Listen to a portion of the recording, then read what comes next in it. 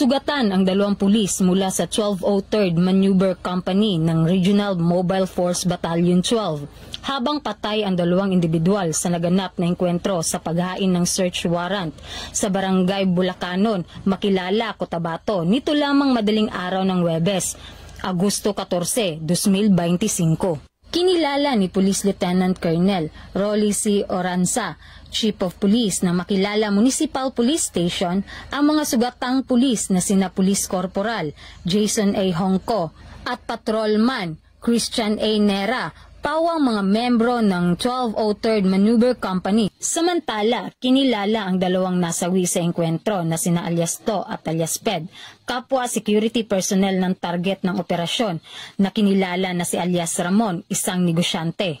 Ayon kay Police Lieutenant Colonel Oranza, sinalakay ng pinagsanib puwersa ng Makilala Municipal Police Station, Cotabato Police Provincial Office, 1st at 2nd Provincial Mobile Force Company at 1203rd Maneuver Company ang compound ni Ramon sa bisa ng search warrant para sa paglabag sa Republic Act 10591 o Comprehensive Firearms and Ammunition Regulation Act. Na-recover sa pinangyarihan ng insidente ang iba't ibang matataas na kalibre ng armas, bala at pampasabog.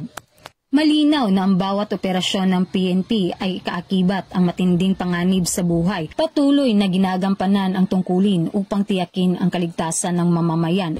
Mula dito sa Police Regional Office 12, ako po ang inyong PNN Correspondent, Patrolwoman Brailyn Jean Cabunilas, alagad ng batas, tagataguyod ng Balitang Pulis.